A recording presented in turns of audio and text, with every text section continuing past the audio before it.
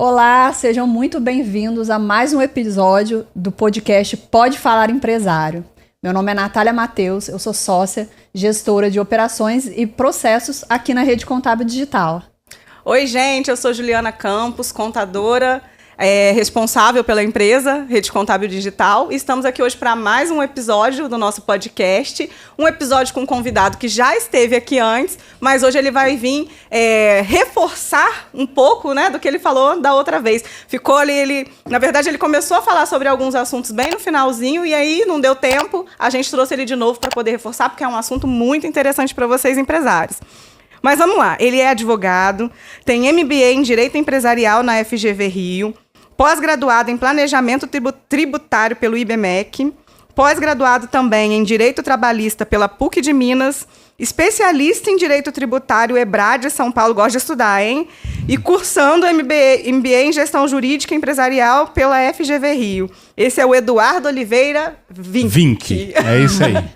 Tudo bom, Eduardo? Tudo bem, obrigado pelo convite novamente. Seja muito bem-vindo de novo. Nossa, mas é muito bom. É porque a gente junto fala bem pouco, né? Então Exato. teve que vir de novo e vai vir mais uma vez. E minha avó dizia o seguinte, quando você convida 2 vezes uma pessoa, das 2 uma, ou você gostou ou não aprendeu a lição com a primeira vez. Espero que tenham gostado. Não, foi porque a gente gostou. E a gente tem uma parceria bacana aí já há algum tempo, né, de trabalho. Sim. Tanto os seus clientes, né? Você indica pra gente, a gente indica cliente pra você, e assim a gente vem fluindo um trabalho bem bacana, direcionado a ajudar os empresários. Sem dúvida. Nos bastidores, a gente fala muito sobre algumas questões que a gente entende que são importantes. Mas antes da gente falar sobre isso, eu queria só que você desse, assim, uma passada na sua história empresarial, porque no outro a gente deixa o link aqui do outro, onde ele conta mais profundamente a história, e vale a pena vocês assistirem, porque é inspirador. Sim. Mas eu queria que você desse só uma passada nisso antes da gente começar a entrar no tema. Eu sempre, de algum modo, eu sempre trabalhei nessa área de empreendedorismo, né? Antes de ser advogado, eu era vendedor, e foi quando tive esse start, né, para me tornar advogado. E quando antes mesmo de me formar, na verdade, eu tive um mentor na faculdade, né, a partir do 2º ano do curso, tive um mentor que eu olhei para ele e falei, é esse cara que eu quero ser. O advogado que trabalha com consultoria, atende empresas. Então, a partir do 2º ano do curso, eu foquei toda a minha profissão para atender empresas. Sobretudo as pequenas, que são as que mais realmente precisam, né? Uhum. Então, quando eu me formei, eu já tinha uma certa bagagem na área empresarial. Já fiz muita palestra, escrevi livro nessas áreas. E quando eu iniciei a advocacia, eu tive o privilégio, por assim dizer, de iniciar logo um MBA. E aí a mente abriu ainda mais, né? Porque quando você sai da faculdade, você sai um pouco cru. E não é diferente um MBA, assim, só um corte? Porque quando a gente está na faculdade, meio que você está fazendo uma coisa que é uma obrigação. Isso. Eu preciso me formar, preciso passar na prova. Você não quer nem aprender para a vida, você quer aprender para passar na prova e terminar a faculdade. É isso aí. Quando você vai para uma pós-graduação, pelo menos foi esse o sentimento que eu tive. Eu queria tanto ter um conhecimento a mais, que é um ambiente totalmente diferente, porque todo mundo que está ali também está querendo algo a mais. E aí as discussões são melhores, o bate-papo flui melhor, né? É muito diferente. E dependendo da instituição, porque isso é importante também, escolher uma boa instituição, né? FGV, sem palavras, eu acho que no mundo do direito, do business, dos negócios, é a top de linha aí, IBMEC e FGV. E foi lá, realmente, que eu entendi que para ser advogado de empresas, não bastava eu saber direito. Eu tinha que saber finanças, contabilidade, marketing, né? Entender sobre empreendedorismo, porque quando eu sento com o meu cliente, que é um empresário, a gente já fala bastante disso aqui hoje, a gente percebe que eles não estudaram para ser empresário. Falta um conhecimento, que nós estávamos falando aqui em off agora há pouco, é o maior imposto que alguém pode pagar, é a ignorância. É o imposto da ignorância. Então, quando ele senta para resolver um problema, muitas vezes ele vem achando que é uma coisa. E quando você faz uma análise, que é esse o meu serviço, analisar toda a questão, oferecer a ele uma solução, eu prefiro muitas vezes, antes que aconteça o problema, a minha advocacia hoje, 90% é preventiva, mas aquele 10% que vira um processo jurídico, eu também tenho que oferecer a ele uma solução que seja barato, né, que não possa ser caro para ele, tem dentro até porque a gente está falando de microempresários. De microempresários, né? E eu tenho que oferecer uma solução que traga resultados efetivos, porque muitas vezes o empresário, mesmo estando errado do ponto de vista jurídico, não significa que ele tem que ser altamente penalizado por isso. É muito possível, na maioria das vezes, vou dizer quase que 100% das vezes, a gente consegue amenizar muito o estrago, mas muito mesmo. E você perguntando sobre essa passada trajetória, nesses últimos 10 anos, né, de atividade jurídica, empresarial, eu aprendi no MBA, primeiro, a me tornar amigo dos meus clientes. Amigo mesmo, sabe? De frequentar, de tomar uma cerveja junto. Eu tenho clientes que gostam de andar de moto, por exemplo, né? Eu sou louco com moto, trilha. Então, alguns fazem trilha comigo, a gente anda de moto. Você acaba conhecendo muito mais a história dele, porque antes dele ser um empresário, ele tem uma história. Todo mundo tem. É por isso que a gente está aqui. Exatamente, exatamente. Então, hoje, uma das características do meu trabalho é isso. É fazer um atendimento holístico. Não tem a medicina que olha o paciente como um todo? Eu olho para o meu cliente como um todo. E muitas vezes as orientações que eu ofereço nem são jurídicas. Eu ia falar isso agora, nem sempre a solução é jurídica. Exatamente. Né? Por isso que é necessário ter todo esse olhar e todo esse estudo, não só jurídico, mas de todas as outras áreas, né? Ontem mesmo recebi uma ligação, era uma reunião muito restrita para tratar de um assunto muito específico de 3 clientes que são sócios, e eles tiveram uma ideia mirabolante, né? E eu falei, olha, não vá por esse caminho. Então, assim, eles inicialmente me questionaram uma questão jurídica. Se eu mandar fulano de tal embora... Eu falei, olha, existe um outro problema por trás. Então, havia uma questão de família, havia questões de amizade. E eu falei, olha, o prejuízo emocional e relacional que você vai ter é muito maior do que os números, tá? Em termos de pagamento e tal. Só que nenhum problema jurídico começa jurídico, ele começa emocional. Esse cara vai sair daqui com as informações que tem, vai levar o seu negócio para outro. Daqui a poucos anos você está sem o seu negócio. Então, por conta de uma relação de amizade que se rompeu. Agora, para chegar a essa conclusão, eu precisei até psicologia. Né? É sentar ali com o cliente e fazê-lo entender todo o cenário, todo aquele contexto que vai resultar normalmente num problema jurídico. E como meu trabalho, eu disse inicialmente, é muito mais preventivo, é aí que eu consigo os melhores resultados. Psicologia, inteligência emocional, entender de pessoas, tudo isso faz parte. Exatamente. Então, eu gosto realmente de estudar, eu acho muito importante o preparo técnico, mas mais do que isso, na minha advocacia é necessário entender de seres humanos, de pessoas. Porque o empresário, ele é isso. Ele é o cara que acorda, ele vê o jornal, ele tem o partido político dele, tem a igreja dele que ele vai, ele é casado, ele não é, brigou com a mulher, com os filhos... E tudo no mundo dos fatos acaba se tornando fato jurídico, problema jurídico. Se eu posso evitar isso, eu faço isso para o meu cliente, porque sai mais barato e também é bom para mim. Exatamente. Não é ruim, né? Então, a gente estava até conversando antes aqui, que eu te falei que eu ouvi hoje de manhã essa frase, achei muito bacana. Foi até um contador que eu acompanho, ele estava falando isso, que... O maior imposto que o brasileiro paga é o imposto da ignorância. Sim. E por que ele estava falando isso? Porque a gente, como você acabou de dizer, não é só você saber fazer a sua operação. Isso a gente fala sempre, né? Precisa entender de várias áreas. Marketing, finanças, até inteligência emocional, que a gente falou agora, e por aí vai. O fato da pessoa se preocupar mais com o imposto financeiro, né, a parte do dinheiro, e deixar de lado todo esse conhecimento é o que faz a empresa quebrar mais do que o imposto. Então, às vezes a pessoa fala, mas a burocracia, o Brasil é um país com muito imposto e tal, mas você vai ver o maior índice, é por falta de organização. O maior índice de uma empresa que quebra, que fecha, é por falta de organização. Exato. É por falta de gestão. Falta de gestão. Então, olha como que isso é importante. E aí, a gente veio aqui com o tema de hoje, né? O que você vai falar. Que é um pouquinho para aliviar essa falta de informação. Sim. E aí eu queria te perguntar, né? Quais são, então, o nosso tema de hoje é esse. Quais são os maiores erros do empresário? Eu poderia dividir... Pega a lista aí. Todos. Vamos. Eu gosto de trabalhar... Libera o pergaminho. Estava conversando agora há pouco com você, eu tenho um toque, né? Até no pensamento. Quem tem toque tem organização em tudo, né? Até no pensamento. Então, quando você me fez essa pergunta, eu inicialmente pensei em fazer uma lista. Mas, para ficar mais didático, até para quem está nos ouvindo, vamos dividir todos os problemas em dois grandes blocos. E depois eu vou dando algumas dicas, alguns detalhes mais minuciosos. Joia. Os dois maiores problemas que abarcam todos os problemas dos empresários é o primeiro, não escolher uma boa contabilidade. Todos os meus clientes chegaram até mim através de problemas contábeis. Todos. Até porque como eu atuo na área tributária e empresarial, era de se esperar mesmo. Vai estar vinculado. Né? Exatamente. Então, não é que assim, erro do contador que fez mal feito, não. Muitas vezes até porque não é obrigação do contador saber mesmo. Né? A confecção de um contrato social. Qualquer contador vai usar o modelo que está na junta comercial. Ponto final.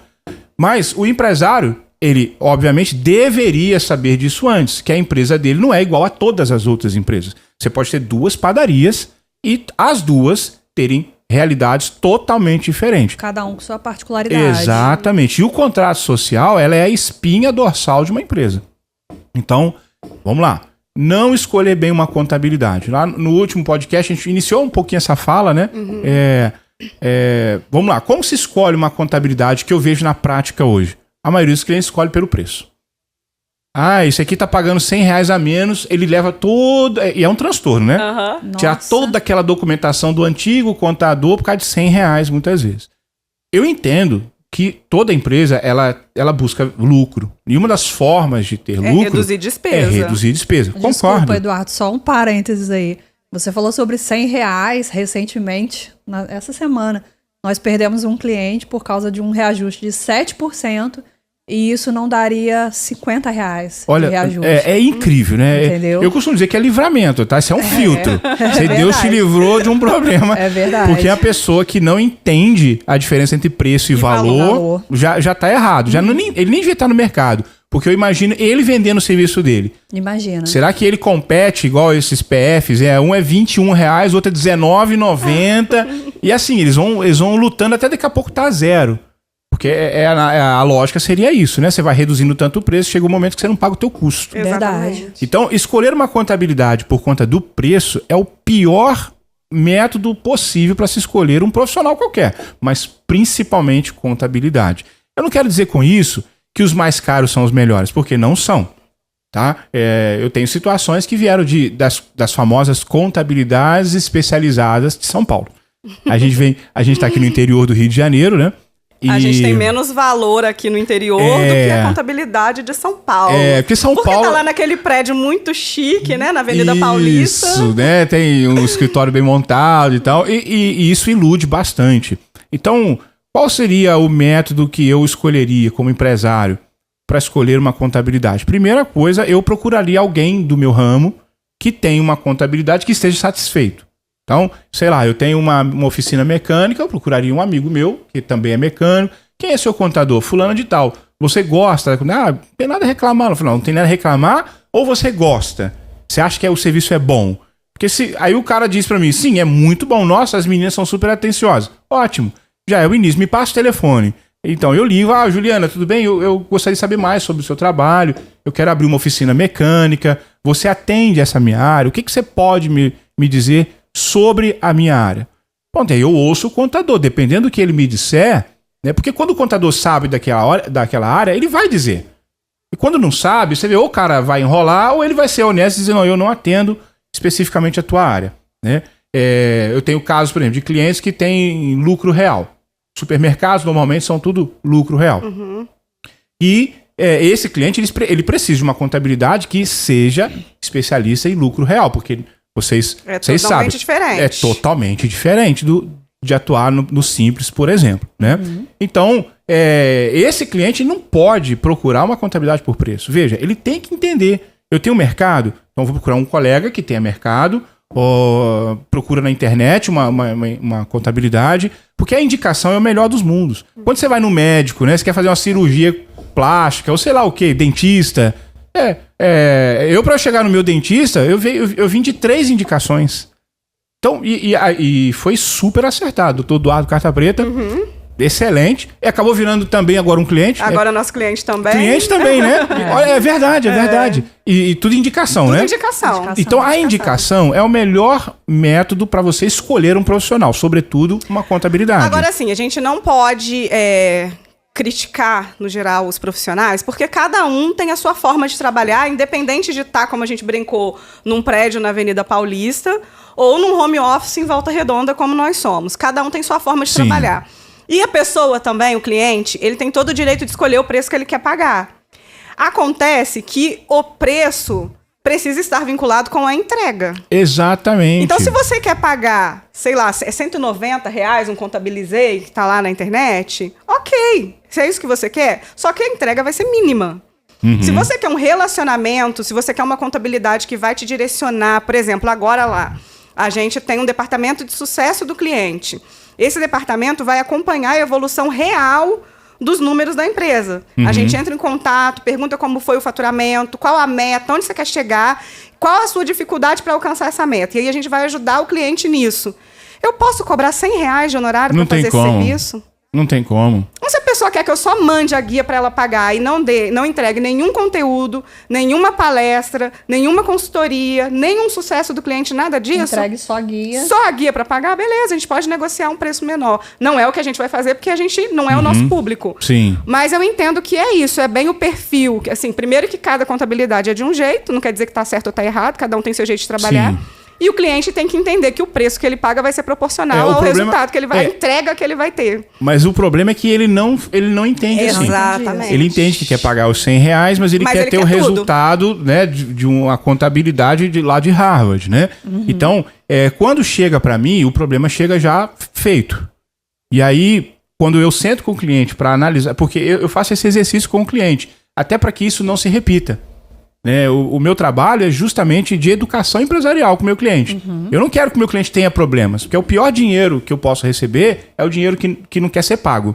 Né? É o cliente que está pagando puto, porque ele toda hora é problema. Quando ele me paga, porque eu entrego resultados para ele, resultados que se traduzem em números, em melhoras, em baixo custo, eu posso cobrar o preço que eu quiser, porque esse cara vai me pagar feliz, que é o que acontece hoje com o meu grupo de clientes. Então, o maior erro é esse, porque o erro contábil, a contabilidade é uma obrigação para todo empresário. Então, se você tem uma empresa, uma atividade empresarial, vai abrir uma empresa, não adianta. Você é obrigado a ter um contador. Só que aí é onde vem o segundo erro, que é o segundo bloco. Como a contabilidade é obrigatória e o advogado não é, exceto em raríssimos casos, né, de empresas, sociedades anônimas e tal, mas não é obrigatório ter um contador, um advogado para abrir a sua empresa, ele negligencia isso. Não tem obrigações mensais para entregar. E aí é onde é negligenciado. Porque o maior erro do empresário, o segundo maior erro do empresário, o primeiro é não escolher bem a contabilidade, é ele achar que uma assessoria jurídica ou uma consultoria jurídica não é fundamental. É como se fosse assim, se eu tiver dinheiro um dia, eu pago. E é a maior bobagem que um cara pode fazer. Por quê? Vamos lá. Vamos começar desde o início da abertura da empresa. Nós tínhamos falado aqui sobre o contrato social. É muito comum hoje haver sociedade de fato. É aquele cara que é sócio de um amigo, mas eles não constam em contratos sociais. Às vezes porque não quer, outra porque não pode. O nome dele tá lá com restrição e aí vai prejudicar vai ali. No banco, e tal, e aí ele não tá ali. Mas enquanto são amigos, tá tudo bem. E as pessoas tendem naturalmente a acreditar que as coisas não vão mudar, que desgraça não acontece, né? Mesmo a gente vendo isso o tempo todo, a gente acredita que com a gente nunca vai acontecer. Exatamente. E eu tenho uma frase que eu digo sempre. Quando o amor acaba, resta apenas a lei e os contratos. Verdade. E amor acaba. Né? Não queria que acabasse, queria que fosse eterno, como lá em Coríntios 13, mas não é. Aquele é só o de Deus, é o ágape. Tiago Brunet que fala, no mundo ideal seria maravilhoso, mas no mundo real... Não é, e acaba. Tanto que acaba casamento, né? Acaba a relação de pai e filhos, acaba a relação de sócios. A sociedade é um casamento. Então, entenda assim, sociedade igual a casamento, porque juridicamente é idêntico. É um contrato, tem que ter testemunha para abrir, é um monte de coisa. Então, você tem ali o affectus societatis, que é a vontade de se associar. Só que como qualquer outro afeto, né, na filosofia, afeto é sentimento. Como qualquer afeto, eles acabam. Tomara que dure, mas normalmente não é assim que funciona. Até porque, como no casamento, a sociedade também traz problemas diários. Eu não aceito divórcio, não, hein? Aí. Depois a gente precisa conversar, Eduardo. Ela já sonhou essa semana que eu tava demitindo ela. Olha aí. Olha que absurdo, me demitindo grávida. Como eu falei pra assim? ela, Não como pode, tem assim? estabilidade, eu amiga. Eu achei o papel lá da minha rescisão. Falei pra ela, não é CLT, não tem estabilidade. Não tem estabilidade. Realmente E não tem contrato, a gente tá só no afetos... A sociedade. Isso aí. A vontade da sociedade, né? Então, é muito comum... Não, brincadeira, a gente tem contrato, sim. Tem sim, tem contrato social e tudo. Mas é muito comum, então, iniciar uma sociedade. Às vezes, um dos sócios é aquele que só investe, ele não tem o know-how do negócio, o outro não tem o dinheiro, mas tem o know-how. E aí já é outra coisa errada também. Além de não estar no contrato social, eles entendem que é 50-50 de qualquer jeito. Isso não está nada combinado. E aí vai lá, procura um contador, o contador faz aquilo que ele tem que fazer. Ele vai lá na junta comercial, pega um contrato social daquele geralzão que tem a qualificação obrigatória, né? É o nome da empresa, né? O capital social. As cotas, administrador. Aquilo ali é o obrigatório. Mas lembre-se, essa sociedade é diferente de qualquer outra, por mais que seja o mesmo ramo de negócio. Ali, por exemplo, deveria constar. Vamos supor que é o caso aqui de um sócio de fato. Eles são sócios, mas não pode estar no contrato social. Então, um só vai estar no contrato social com 100% das cotas. Logo, ele tem 100% do negócio. Mas aí, esse é o contrato que tem que ser público. Você pode ter um contrato que também é legal e ele é privado, que é chamado acordo de sócios. Então, você faz um acordo de sócios. Você pode até fazer um registro no cartório só para evitar de ser contestado depois uma assinatura, por exemplo, né? Uhum. E esse contrato de sócios é privado. E ali você consegue delimitar tudo da sua sociedade. Mas no âmbito de problemas, na hora que dá algum problema, esse acordo de sócios, ele tem algum tipo de validade? 100%. 100%. Desde que ele esteja conversando com o contrato social. Entendi. Né? Então, o contrato social vai dizer lá, por exemplo, que aquela sociedade ela é uma sociedade por cota de participação. Ela pode ser... existe um sócio oculto, propositalmente, porque isso não é errado. Não é proibido por lei. No mundo civil, direito civil, aquilo que não é proibido é permitido. Tá? Então, eu não quero, por alguma razão, fazer parte de uma sociedade. Eu, por exemplo, tive um caso agora recente. Eu tenho um cliente que é um grande investidor de São Paulo e ele não é contador. Eu acho que eu até te perguntei, né? Foi. Sobre sociedade, porque na advocacia, o advogado não pode ser sócio em um escritório de advocacia que não seja conta advogado. Aqui no estado do Rio, você disse que pode um contador ser sócio de, sei lá, um engenheiro ou alguma coisa, desde que os dois estejam registrados no Conselho de Classe. São Paulo não pode. É proibido. Então lá o contador só pode ser sócio de uma contabilidade se for com outro contador, não pode com o administrador. Então esse meu cliente, ele ficaria fora do contrato social. Eu falei com ele, olha, você não pode, mas você pode ser dono, porque ele é dono de 95% do negócio. Nossa. Como é que esse cara não ia estar num contrato, né? Como é que as pessoas morrem? As pessoas podem ficar incapacitadas do ponto de vista civil, né? Eu falei, então, como é que ele vai explicar que ele é dono de uma contabilidade, mas não é dono ao mesmo tempo? Mas o nome dele não tá lá. Exatamente. Então, para isso, aplica-se o contrato, o acordo de sócios, que é um contrato válido, ele é privado, como uma procuração privada, porque tem procuração pública e privada. Então, o contrato também. Você tem contratos públicos e contratos privados. O acordo de sócio diz claramente que daquela empresa ele é dono de 95% das cotas. Que ele investiu tantos R$1.000. Que a função dele, na verdade, é tal. Aí a distribuição de lucros, aí sim, a distribuição de lucros diferentes da proporção de cotas, ela é totalmente aplicável neste caso. Eu li um livro, não sei, eu não vou conseguir lembrar agora onde foi, que estava falando de casamento. E aí um casal falou que deu muito certo para eles colocar no papel, quando eles viram que o casamento estava indo pro buraco, eles sentaram e falaram, então tá, o que você gosta, o que eu gosto, o que é bom para você, o que eu faço que não tá legal, vamos escrever. E aí escreveram aquilo e todo dia de manhã eles liam. Sim. Porque aí eles estavam entendendo qual que era o problema, qual que era a responsabilidade de cada um, o que um estava esperando do outro. E isso fez o casamento deles fortalecer e eles continuaram casados, inclusive fizeram um livro contando isso. Aí você falou que O acordo de sócio é isso. Porque sociedade é um casamento. É um casamento. E a documentação serve justamente para isso, porque fica claro ali qual é a responsabilidade de cada um, qual que é a expectativa de cada um, qual que é o resultado que cada um vai ter daquilo. Exatamente. A outra vantagem do acordo de sócio é que você não expõe o seu negócio ao público. Então ali, porque o contrato social ele é obrigado, né? É um ato público, mas você não precisa colocar ali como que vai ser distribuído as cotas, você não precisa colocar ali a questão dos lucros. Você vai ter lá a divisão de cotas do contrato social. Fulano com 50%, Beltrano com 50%, ou sei lá, o arranjo que quiserem fazer. Mas a distribuição dos lucros, como é que vai ser feito? A sua empresa tem, por exemplo, um compliance, você não precisa colocar isso no contrato social. Né? O acordo de sócios é tão válido quanto um contrato social, desde que ele esteja devidamente preenchido. Você não pode aparecer com um papel qualquer lá e dizer que aquilo é um acordo de sócio. Então, eu recomendo sempre, embora não seja obrigado, mas eu recomendo um reconhecimento de firma, pelo menos, ou um registro em cartório. Uhum. E lá no contrato social, vai dizer uma cláusula lá. Esta sociedade empresária mantém privado um acordo de sócios registrado no cartório tal, se quiser indicar, ou não, se não for o caso, é um assunto muito privado, não queiro indicar, desde que tenha ali formas de não contestar a assinatura dos sócios, porque no direito empresarial prevalece a pacta sunt servanda, ou seja, aquilo que você pactuou. Se você pactuou, é lei. Então, o acordo de sócio é algo bacana. Veja, isso é só uma questão.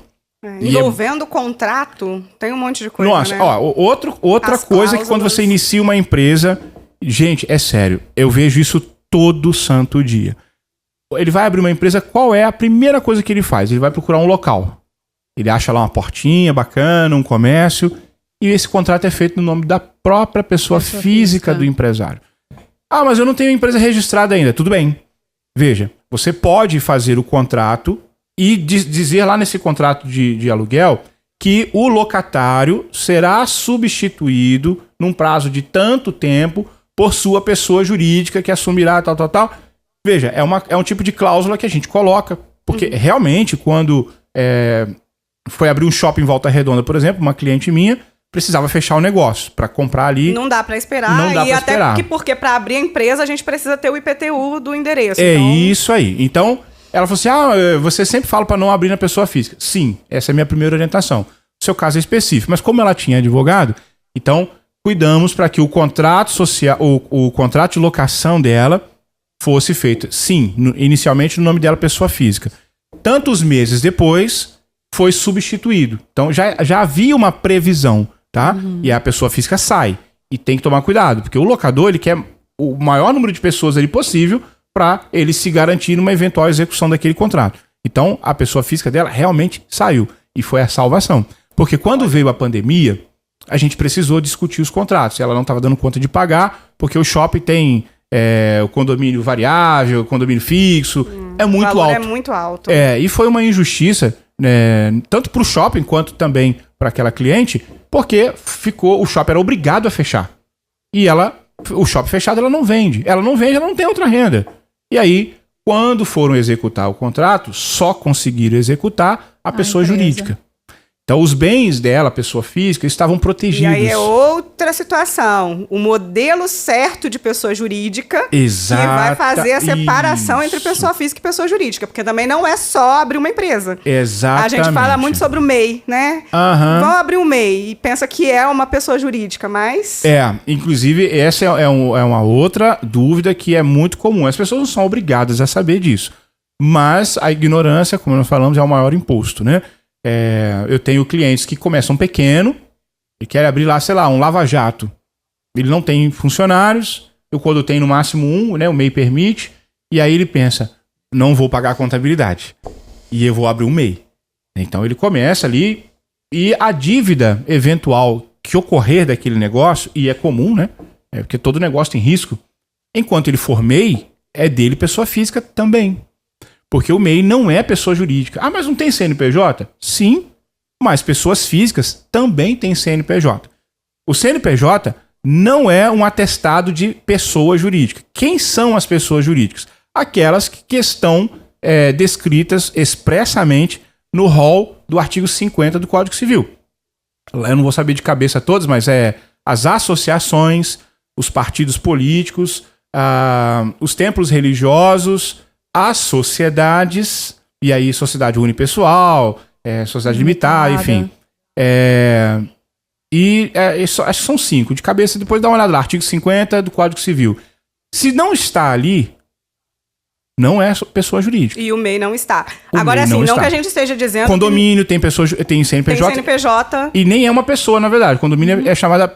sem personalidade jurídica. Sem personalidade jurídica. Não é que a gente está dizendo que não tem que abrir um MEI. Tá? Não o MEI é isso. É ótimo para quem está começando. Exato. É para você realmente entender qual é a posição ali, os riscos, isso. Né? Que num caso como esse, de um problema de um contrato de locação e tal, quem vai responder é a pessoa física. É um funcionário que colocou na justiça, isso. Uma contestação de dívida com fornecedor ou com banco, tudo vai recair na pessoa física.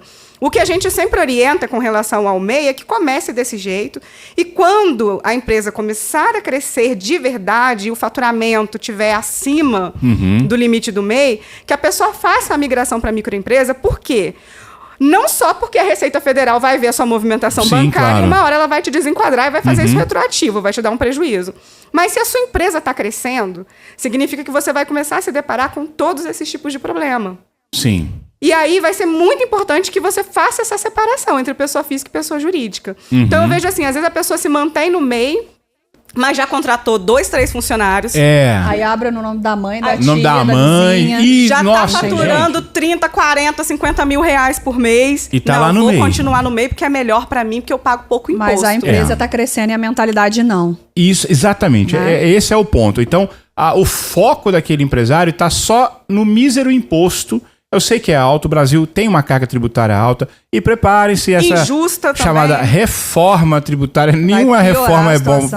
Aparentemente vai piorar. Não, aparentemente, só pra você ter uma ideia, quem trabalha com holdings de aluguéis de imóveis, que consegue hoje uma alíquota aí, sei lá, de 3,65, né, dependendo do modo tributário, isso vai poder chegar até 30%, quase 30%. Bem. Os prestadores de serviço vão ser os que mais vão sofrer a alíquota. Muito, né? Eles estão, assim, a gente sempre teve a expectativa, mudando totalmente de assunto, né? A gente sempre teve a expectativa da reforma tributária, querendo que simplificasse, porque realmente é muito burocrático, que simplificasse, no mínimo, mantesse o que já é de carga tributária. Mas aparentemente... Mas beira a inocência... E aumentar as obrigações. Brasil, né? Beira a inocência acreditar que isso reduziria, né? Você quer ver uma forma de aumentar imposto que ninguém percebeu? Quando saiu lá uma tabela da Receita, acho que foi em 97, se eu não me engano, da Receita Federal, dando a margem, o corte da isenção. Do imposto de renda. Do imposto de renda. Era R$900. Quem ganha até R$900 não vai pagar imposto de renda, beleza? Só que o salário mínimo naquela época lá era bicharia, era R$100 e poucos reais. De lá pra cá, se você fosse acompanhar, aqueles R$900 significavam quanto em salário mínimo? Hoje, daria mais de R$9 mil o corte. E então, a gente tá hoje num corte de 2.112. Olha só, menos de 2 salários mínimos. Menos de 2 salários mínimos. Menos de 2 salários. Então, assim, as pessoas não percebem isso. De novo, a ignorância. Então, a gente deu uma saidinha, mas dentro do tema, o empresário que, equivocadamente, abre uma empresa sem contratar também um advogado, pelo menos... Nem que seja, não precisa pagar por mês, mas nem que seja para aquele momento específico de abertura, ele já comete um erro gigante, porque nós falamos aqui, olha, contrato social, contrato de aluguel, a forma que a empresa dele vai existir, porque o MEI é interessante sim, mas depende do seu negócio e o quanto que você está colocando em risco. Porque eu tenho um profissional de saúde, um médico que iria iniciar uma clínica, e ele pensou, vou começar com o MEI, porque realmente ele não tinha função, ele tinha só uma secretária, né, e ele que ia atender. Eu disse, sim, só que o teu patrimônio é muito alto. Basta um único processo de um suposto erro médico e você coloca tudo a perder. E nem pode ser MEI, né? E nem pode ser MEI. A primeira coisa. Aí ele falou assim, pois não tinha pensado nisso. Eu falei, e contabilidade? Eu falei, não, nem tem contabilidade. O MEI não precisa. Olha o raciocínio dele. Eu vou abrir o MEI porque eu não preciso de contabilidade, não vou ter gasto em contabilidade, vou pagar pouquinho, né? E aí o dinheiro uma parte vai para o CNPJ, para a conta da pessoa jurídica, que de novo é equivocado esse conceito. MEI, condomínio e outras coisas não são pessoas jurídicas. E aí, de novo, o empresário ele é penalizado com erros que poderiam ter sido evitados. Então, ainda nesse bloco do contratar o advogado, não precisa pagar um advogado mensal, né? Dependendo do seu negócio, é interessante. Mas, pelo menos naquele momento... No momento. Identificar também. Eu ia falar, por exemplo, da parte trabalhista, que a gente tem muito caso lá na contabilidade. Hoje a gente tem a Bárbara lá que trabalha com a gente. A Bárbara tem um conhecimento trabalhista muito grande. Bom. Eu pergunto as coisas para ela, de RH... Ela é muito boa. A Bárbara departamento pessoal. Muito boa, assim, muito tempo de experiência e ela estuda muito, ela procura muita informação, então ela é muito boa com isso. Só que ela não é advogada. E chega num determinado ponto da nossa orientação que já não é mais com a gente. Não é mais contábil. Já não é contábil. E aí, às vezes, o cliente tem problema com o funcionário e ele quer insistir que a gente dê orientação. E a gente é muito rigoroso com isso. A gente dá orientação até o ponto que cabe a gente. Chega num determinado ponto que a gente fala, não, você precisa procurar um advogado. Sim. Porque aí tem outras coisas que o advogado tem muito mais conhecimento para poder te passar. Então, também tem que ter esse discernimento. Sim. Né, de saber qual que é o momento da contabilidade, qual que é o momento do advogado. Porque embora as nossas profissões elas se completem, né, no direito empresarial, especificamente falando aqui, né, ele se completa com a contabilidade, com a administração, eles em determinado momento eles vão se separar. Eu mesmo, um abraço aí pra Bárbara, eu tiro dúvida com ela lá, departamento pessoal, porque não é a minha área, eu não estudo departamento pessoal, mas é uma área que vai comunicar muito com o meu trabalho, do direito empresarial. E ela me chama lá no WhatsApp para muitas vezes tirar uma dúvida do cliente, eu passo orientação, eu não cobro para trazer esse tipo de orientação para o cliente. A gente também não cobra nenhum tipo de consultoria. Então o cliente ligou, tá com uma dúvida. Cara, se eu posso ajudar, o conhecimento é algo que multiplica, né?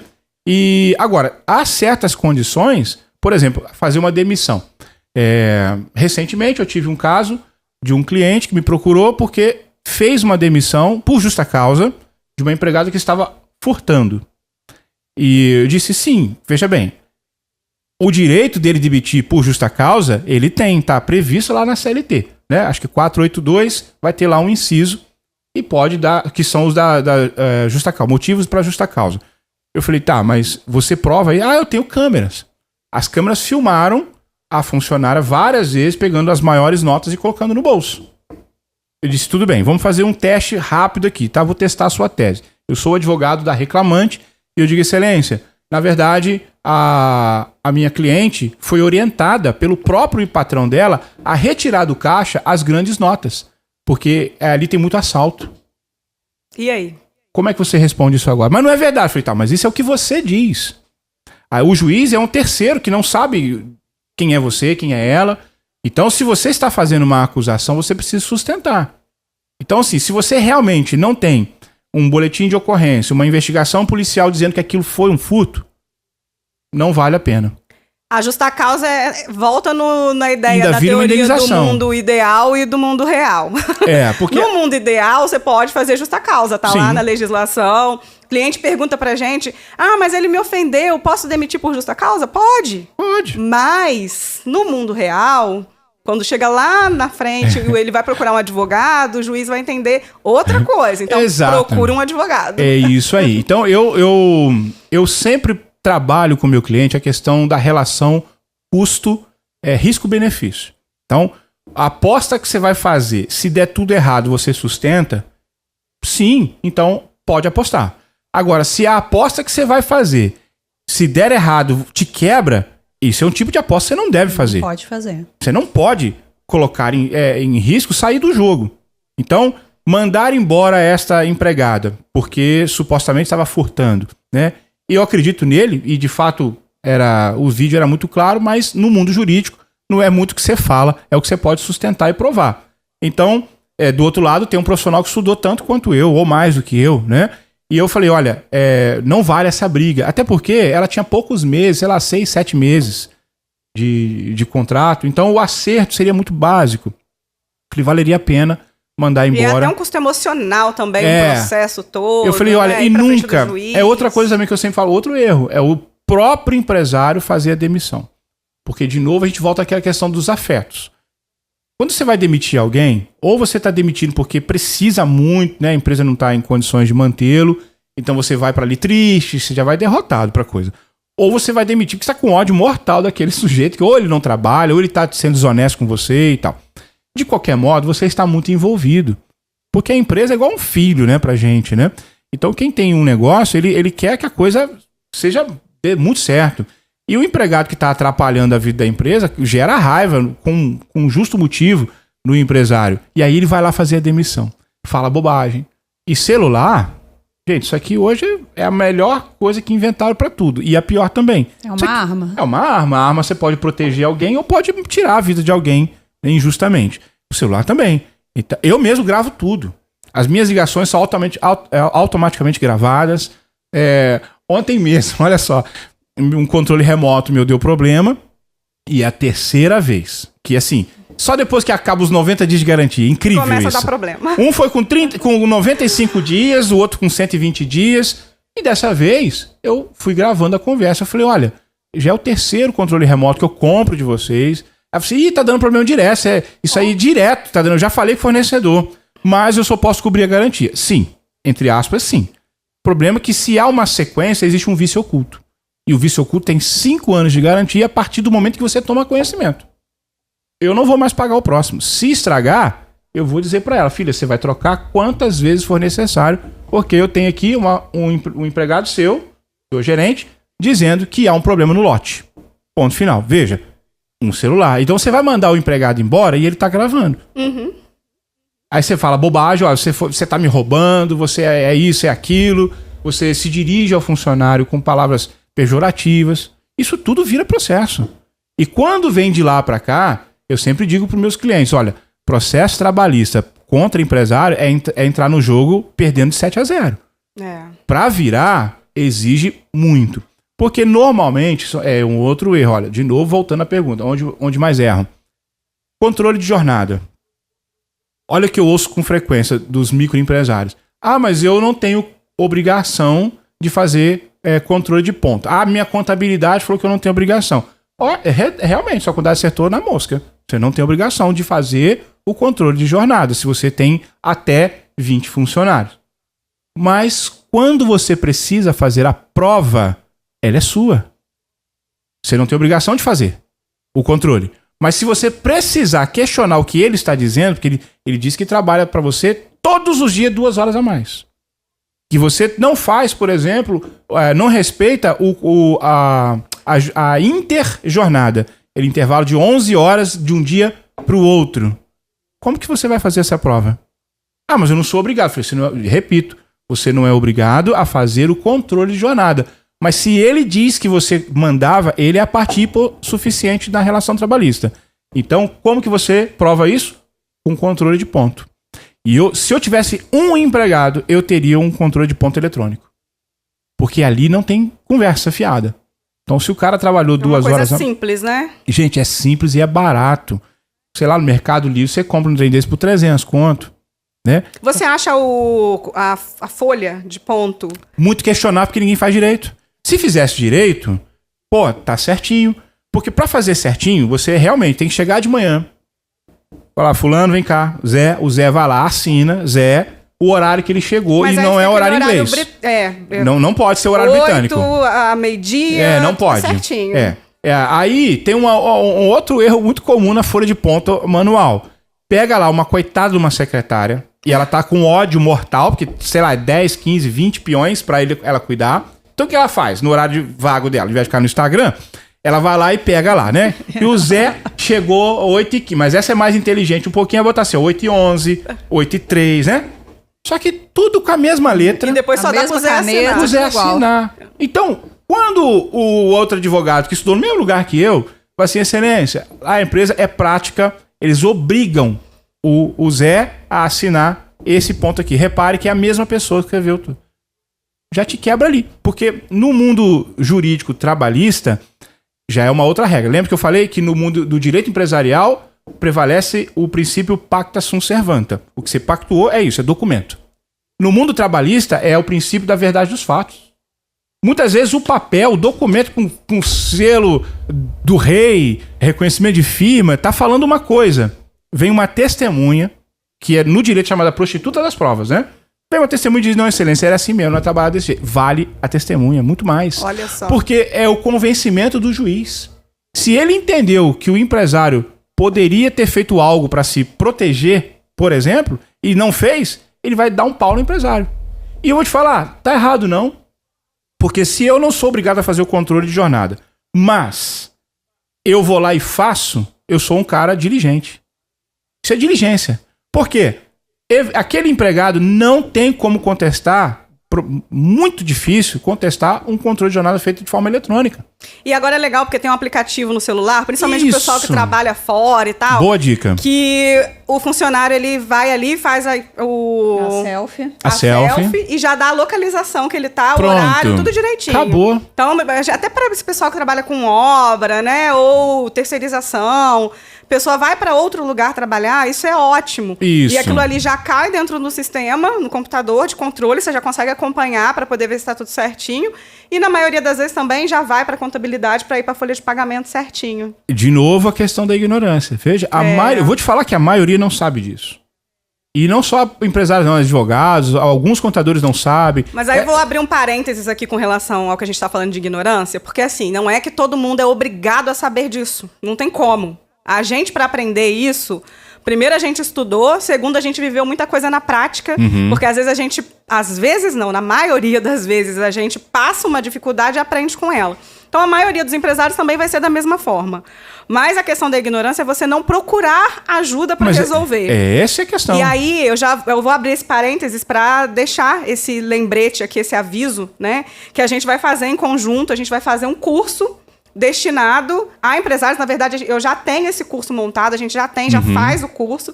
Só que dentro desse curso a gente vai chamar outras pessoas para debaterem outros temas, então não vai ser só eu falando de gestão. A gente vai trazer mais 5 convidados para abordar temas como esse. E aí ali a gente vai falar de tudo, vai falar de gestão financeira, organização, departamento pessoal, vai explicar o que são os impostos, um monte de gente não sabe o que está pagando, por que está pagando. Direito, principalmente a parte trabalhista também, gestão de pessoas, né? Porque contratar hoje em dia não é mais só ir ali pegar alguém e colocar para trabalhar.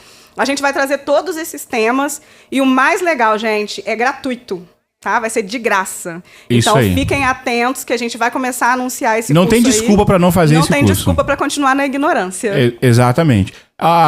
Outra questão trabalhista que é muito comum, né, além do controle de jornada, é a pejotização. O povo acha que juiz nasceu ontem.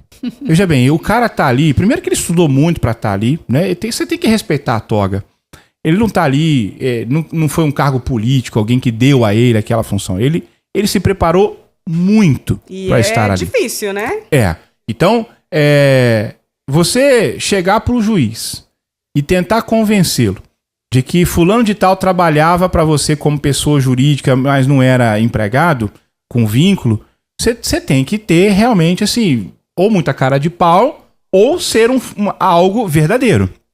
Porque existe, sim, pessoas jurídicas prestando serviço para outras pessoas jurídicas. Só que, onde é que falha? O que é muito comum? Então, vamos lá. Eu tenho uma cliente que tem uma clínica, ela queria contratar uma manicura. Aí, só que a manicura só trabalha com ela. A manicura tem horário para cumprir. A manicura recebe mensalmente dela. A manicura tem um e-mail. E aí, ela pensou, pronto, eu não tenho vínculo empregatício. Né? Emite uma nota fiscal por mês para receber. E é só para essa pessoa, para mais ninguém. Aí eu pensei assim, tá, vamos lá. A primeira pergunta que eu fiz para ela. Você tem outras manicuras que prestam serviço para você na sua clínica, de estética e tal? Não, é só ela. Deus me livre, só confio nela. Tá, e você paga por mês, é o mesmo valor, inclusive, tá? E aí é o horário, não, ela tem que chegar a tal horário, não sei o quê. Eu falei, então, isso é vínculo empregatício, você tem todas as características de um vínculo. Todos os quesitos. Então, assim, se você quer realmente, de verdade, uma manicura que seja pessoa jurídica, primeiro, você tem que ter umas 4, 5 cadastrados aí, que seja por demanda, acabou de fazer o serviço, então se a unha lá foi 30, 40 reais e a sua clínica fica com 10 reais, por exemplo, ela vai te emitir uma nota fiscal desses 30 reais e você você pode até chamá-la repetidas vezes, não é essa, a questão não é essa. Mas o pagamento tem que ser mediante a demanda do serviço. Ela não pode ser submissa a você no ponto de vista do trabalho, né? A submissão do trabalho, subordinação, né? Na verdade. Talvez até possa pagar no dia e emitir uma nota fiscal só no final do mês, mas ali colocando na observação as datas, e aí vai estar comprovando que no banco o dinheiro saiu, né, aos poucos, não foi uma coisa fixa. Pode, né? De pode. repente até pode. Pode. Então, por isso, aí, se você tiver uma contabilidade é melhor, porque é o inferno toda hora ficar tirando uma notinha fiscal ali, né? Então o MEI, que é um pouco mais avançado aí na vida, ele vai ter um contador. E o preço é diferente, né? Porque é muito menos trabalho para o contador. Então, veja, não tente enganar um juiz contratando o seu empregado como se fosse uma pessoa jurídica, porque é bobagem. Você vai tomar um pau, o direito dele não vai ser retirado. Não importa se... Porque, de novo, eu repito, no direito do trabalho prevalece o princípio da verdade dos fatos. Veja, o documento diz que é uma pessoa jurídica, que é uma PJ, né? Um MEI que está com um cadastro nacional e está prestando serviço como uma empresa. Não, em tese, não seria o caso de ter vínculo empregatício. Mas já comete um baita erro. Até porque, para ser empregado, vínculo empregatício, tem que ser pessoa física. E o que eu falei que MEI é? Pessoa física. O MEI é uma pessoa física.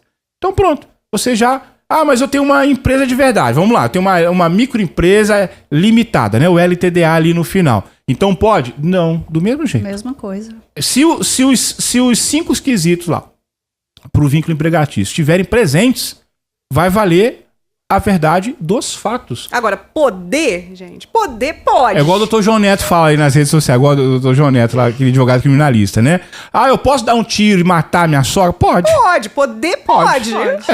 Depois você vai responder por isso, né? Então, assim, você quer fazer bobagem?